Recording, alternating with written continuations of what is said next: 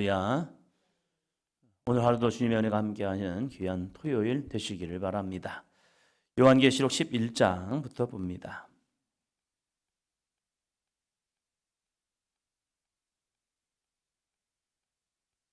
12장 4절입니다. 그들은 이 땅에 주 앞에 서 있는 두 감람나무와 두 촛대니, 두 감람나무와 두 촛대. 이걸 가지고 가끔 이단에서 자기들이 감람나무다라고 하는 경우가 있습니다. 이 두 감람나무와 두 촛대는 누구를 상징하느냐? 성경은 그 이후에 말을 해줍니다. 이것이 이단의 우두머리들이 아니라 이게 누구냐? 이것은 누구를 상징하느냐? 6절입니다.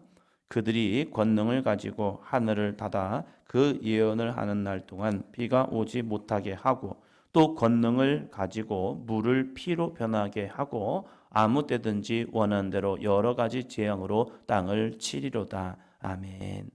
그들이 권능을 가지고 하늘을 닫아 그 예언을 하는 날 동안 비가 오지 못하게 하고, 누구죠? 예언하는 3년 반 동안 비가 오지 아니하게 한 선지자 엘리야죠. 또 권능을 가지고 물을 피로 변하게 하고 아무 때든지 원하는 대로 여러 가지 재앙으로 땅을 치던 자 누구죠? 모세죠. 엘리야와 모세를 상징하는 두 감람나무를 가지고 내가 두 감람나무다, 이제 말세에 있을 두 감람나무다 하면서 사람들을 미혹합니다. 성경을 조금만 읽으면, 그냥 조금만 더 읽으면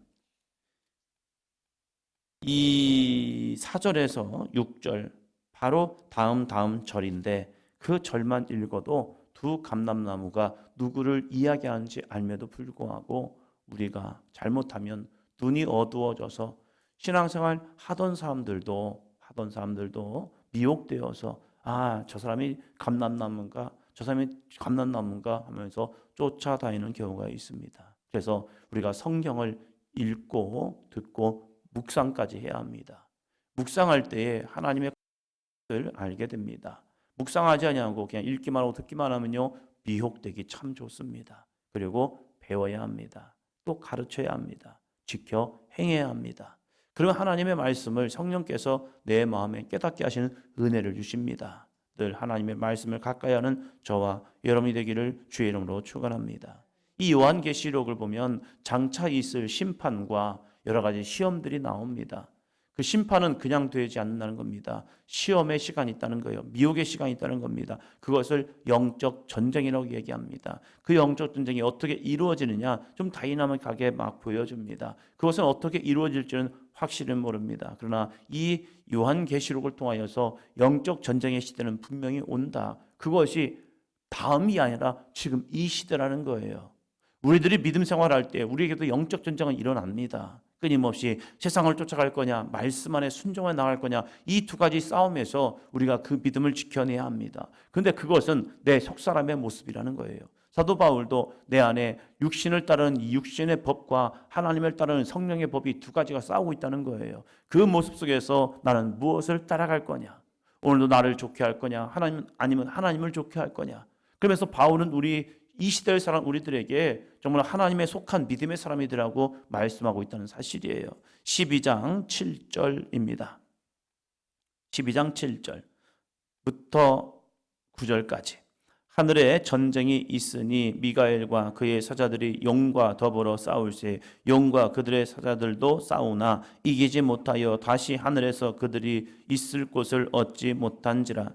큰 용이 내쫓기니 옛뱀 곧 마귀라고도 하고 사탄이라고도 하며 온 천하를 꿰는 자라. 그가 땅으로 내쫓기니 그의 사자들도 그와 함께 내쫓기니라. 아멘. 하늘에 전쟁이 있습니다. 미가엘과 그의 사자들, 또한 사탄과 그의 사자들이 싸움을 합니다. 그런데 놀라운 것은 8절, 이기지 못하여 다시 하늘에서 그들이 있을 곳을 얻지 못한지라. 사탄은 이기지 못합니다. 믿음의 사람들은 승리합니다. 우리는 이 분명한 믿음을 가지고 있어야 합니다. 전쟁은 여호와께 속하였습니다. 육적 전쟁이든지 영적 전쟁이든지 여호와께 속했습니다. 그래서 우리는 세상을 의지하는 것이 아니라 세상을 이기신 예수 그리스도를 믿고 따라야 할 줄로 믿습니다. 이것이 믿음이라는 겁니다. 그럼 믿음은 무엇입니까? 마귀는 우리를 꾀는 자라고 말합니다. 온 천하를 꾀는 자, 유혹하는 자, 미혹하는 자라는 거예요. 오늘 우리는 세상에 미혹되면 안 됩니다. 예수의 이름은 가졌지만 예수 그리스도의 진리가 없다면 그것은 예수님을 믿는 게 아닙니다. 세상에 얼마나 많은 사람들이 예수를 이야기하는데요. 그러나 진짜 그들이 믿음을 가지고 예수님을 얘기하느냐, 아니면 그들이 그냥 예수님을 도용하느냐, 자기의 필요에 따라서 예수님을 써먹는 사람이 있거든요. 거기에 미혹되면 안 돼요. 가끔 한 정치인이 이제 국회에서 회견을 할 수 있도록 해주더라고요. 그래서 저 사람이 믿음이 있나? 라고 해서 좀 좋게 봤어요. 그런데 한 번은요, 이단이라 판명된 곳에 가서 거기에서 축사를 하고 있는 거예요. 그 사람은 진리가 없는 거예요. 그 사람의 복음이 없는 거예요. 그 사람의 필요한 것은 자신의 지명도와 표인 거예요. 근데 우리는 잘못하면 그 사람을 보면서 저 사람이 믿음이 있나 보다. 왜요? 믿음의 사람들과 함께 하거든요. 그리고 그들을 좀 세워주는 것 같거든요. 근데 그는 목적은 믿음이 아니더라고요. 보니까 믿음이 아니라 그는 사람들의 인지도와 표, 이것을 이용해서 자기는 그저 국회의원이 되고 싶은 거예요. 근데 어떤 사람이 이렇게 얘기하죠. 그 사람 믿음이 있던데요? 무슨 믿음이에요? 믿음 아니거든요. 우리가 세상에 예수 그리스도를 파는 자들이 얼마나 많은데요. 거기에서 미혹되지 말고 진리 안에 서 있어야 합니다. 그러면 예수를 진짜 믿는 사람은 누군데요? 예수를 진짜 믿는 사람들은요, 바로 이 사람들입니다. 12장 17절. 용이 여자에게 분노하여 돌아가서 그 여자의 남은 자손 곧 하나님의 계명을 지키며 예수의 증거를 가진 자들과 더불어 싸우려고 바다 모래 위에 서 있더라. 아멘. 예수를 믿음의 사람들이란 무엇인가? 그 여자의 남은 자손 곧 하나님의 계명을 지키며, 어떤 사람은 이 시대가 신약의 시대이기 때문에 하나님의 계명을 지키지 않아도 돼요 라고 하는 사람도 있습니다. 율법을 무시하는 사람이 있습니다. 율법을 이야기하고 율법을 지킵시다 라고 하면요, 저 사람은 율법주의인가? 아니, 언제 율법주의자예요? 복음이죠. 복음은 말씀이에요. 복음주의자는 말씀의 철저한 신앙의 표대를 가지고 나가는 사람들인 겁니다. 그러니까 성경은 다 소중한 거예요. 구약이 되었든지 신약이 되었든지. 이 마지막 시대를 믿음으로 승리한 사람들 보니까 두 가지의 믿음을 가지고 있어야 한대요. 첫째, 한번 더 합니다. 하나님의 계명을 지키며, 하나님의 계명을 지켜내는 거예요. 그게 계명이 뭔데요? 율법, 구약의 말씀, 하나님의 예언의 말씀들이 계명이거든요. 이 계명을 이 시대에도 우리에게 필요합니다. 두 번째, 한번 더 합니다. 예수의 증거를 가진 자, 예수 그리스도의 십자가의 보혈의 증거를 가진 자, 그래서 죄사함을 받고 구원받은 자, 이 사람들이 마지막 사단의 공격은 받아요. 그러나 이 공격 속에서 우리는 예수 그리스도의 보혈의 피를 의지하여 승리할 줄로 믿습니다. 짐승의 표가 아닌, 사람의 숫자가 아닌 하나님의 거룩한 인침을 받은 자. 표는 두 가지의 모습이 있더라고요. 짐승의 표를 받은 자, 하나님의 인침을 받은 자. 마치 제사장의 이마에 여호와께 성결이라는 표를 붙이고 다니는 것처럼 우리에게도 나는 예수 그리스도를 믿는 자로서 아름다운 믿음의 삶을 살아갈 수 있는, 그래서 우리의 언행 심사가 변화될 수 있는 삶이 되기를 주의 이름으로 축원합니다. 저들이 욕했다고 똑같이 욕을 하는 게 아니라 원수를 정말로 향하여 함께 기도해주고 축복해 줄 수 있는 아름다운 믿음의 사람들이요. 믿음의 사람들 향하여 돌을 던지는 저들 향하여 스데반 집사님처럼 무릎을 꿇고 기도할 수 있는 아름다운 믿음의 사람들. 예수님을 조롱하지만 예수님은 저들 향하여 아버지여 저들의 죄를 용서하여 주시옵소서라고 기도할 수 있는 그리스도의 영성. 이것이 이 시대에 정말로 많은 그리스도인들에게 필요한 모습이 아닐까. 세상은 똑같이도 괜찮아. 눈에는 눈, 이에는 이라고 계명은 이야기하지만 참된 계명은 무엇이냐? 그들 위해서 기도해 줄 수 있는 사람들. 원수를 사랑할 수 있는 믿음의 사람들, 그래서 그 원수까지도 변화시킬 수 있는 아름다운 주님의 증거가 있는 사람들, 우리 사도행전 교회가 되기를 주의 이름으로 축원합니다. 그 이마에 어린 양의 이름과 아버지의 이름을 쓴 자가 어떻게 되는데요? 14장 1절입니다. 14장 1절. 또 내가 보니 보라, 어린 양이 시온산에 섰고 그와 함께 14만 4천이 서 있는데 그들의 이마에는 어린 양의 이름과 그 아버지의 이름을 쓴 것이 있더라. 아멘. 그 이마에는 어린 양의 이름과 그 아버지의 이름을 쓴 것이 있습니다. 그것이 구원받은 성도들의 모습이라는 겁니다. 옆 사람 한번 보세요. 이마에 뭐라고 써 있나? 예수 그리스도에 대한 증거예요. 사람들이 나를 바라볼 때에 저 사람이 정말로 예수님의 사람일까? 세상 사람들이 우리 믿음의 사람들 볼 때 예수님의 사람일까? 청년 때였던 것 같아요.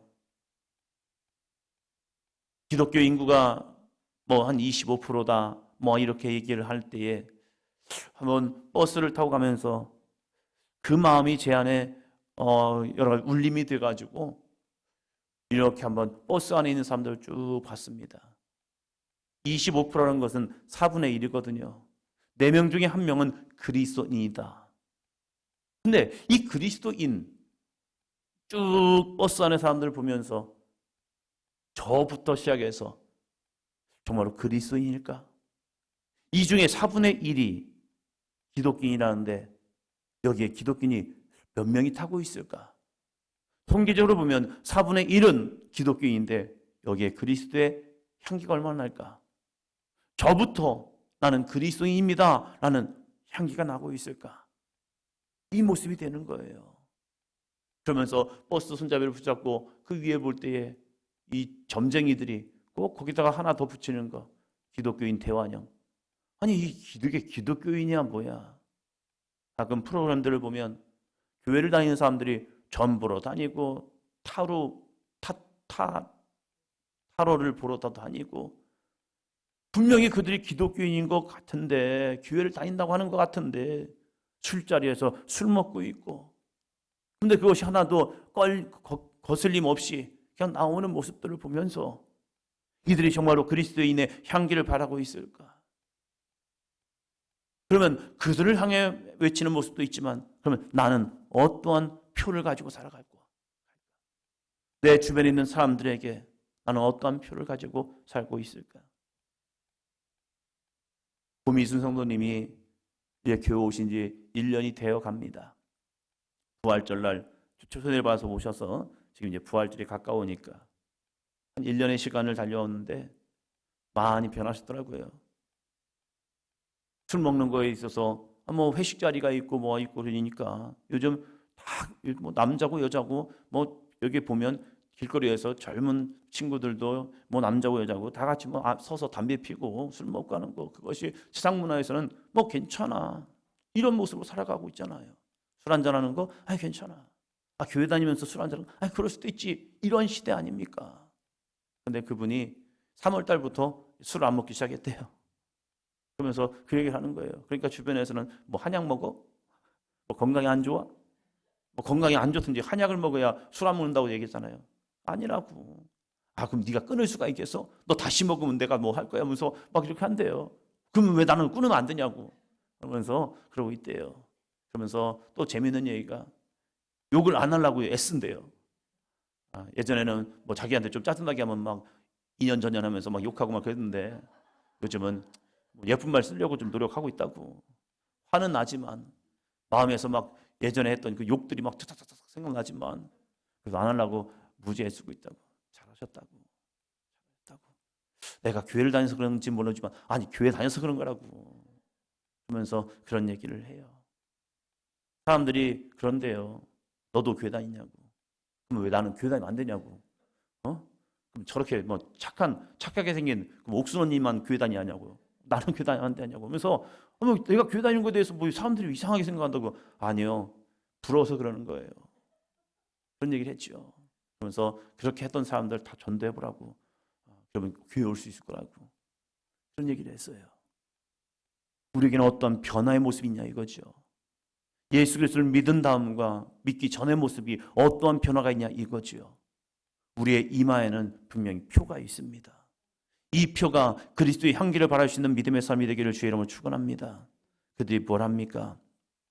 그들이요 2절 내가 하늘에서 나는 소리를 들으니 많은 물소리와도 같고 또 큰 우레소리와도 같던데 내가 들은 소리는 검은 것 타는 자들이 그 검은 것을 타는 것 같더라. 3절이요 그들이 보좌 앞에 내 생물과 장로들 앞에서 새 노래를 부르니 땅에서 속량함을 받은 14만 4천 밖에는 등이 이 노래를 배울 자가 없더라. 아멘. 하나님의 보좌 앞에서 어린 양의 이름과 그 아버지의 이름을 쓴 자들이 모여 있는데 그 모여 있는 곳에서 많은 물소리 같은 소리가 있답니다. 우레소리와도 같고 내가 들으니 검은 고 타는 자들의 검은 고를 타는 것과도 같다는 거예요. 많은 소리가 있는데 많은 울림의 소리가 있는데 그게 무슨 소리냐 봤더니 3절에 보니까 새 노래를 부르고 있다는 거예요. 어떠한 노래일까? 한번 더 합니다. 구원의 노래를 할렐루야. 우리의 입술에서 아름다운 구원의 찬양의 노래가 있기를 주의 이름으로 축원합니다. 우리의 가정에서 찬양의 흘러넘치기를 주의 이름으로 축원합니다. 우리가 걸어가는 이 발걸음 속에서 주님을 찬양하는 노래가 흥얼거리기를 축원합니다. 가끔 전도를 할 때 제가 뒤에다가 음악을 틀어놓고 전도를 합니다. 혼자 하니까 아주 그렇잖아요. 그래서 음악을 틀어놓습니다. 아주 찬양을 틀어놓고 막 다니거든요. 그럼 저희 아내가 이럽니다. 할아버지들 같다고. 산에 올라가는 할아버지들이 뭐 음악 뽕짝 음악 틀어놓고 막 하는 것처럼 다니니까 할아버지 같으니까 좀 하지 말라고. 근데 이 찬양을 틀어놓고 다니면 좋거든요. 혼자가 아니라 주님과 함께 찬양과 함께 막 세상 사람들이 뭐라고 하든지 뭐 하든지 그냥 찬양을 틀어놓고 같이 다니는 거죠. 그래서 한 번은 블루투스를 틀어놓고 막 크게 틀어놓고 다녀버릴까 하다가 또 우리가 주님의 사람들이란 그 표가 뭘까? 세상 사람들은 세상 노래를 흥얼거리고 있지만 이 이마에 예수 그리스도의 표, 아버지의 이름을 쓴 자들을 보니까요 새 노래를 하고 있다는 겁니다. 그 새로는 무엇일까? 나를 구원하신 주님을 찬양하는 모습이 있다는 겁니다. 우리의 삶의 현장에서 우리의 입술이 주님을 날마다 찬양하고 영광 돌리는 아름다운 믿음의 삶이 되기를 주의 이름으로 축원합니다. 성령 충만함과 성령의 충만함을 잃어버린 가장 좋은 표대가 있습니다. 그게 뭐냐면 성령 충만하면요 찬양이 내 입에서 나옵니다. 그러나 성령의 충만함을 잃어버리면요 찬양이 닫힙니다.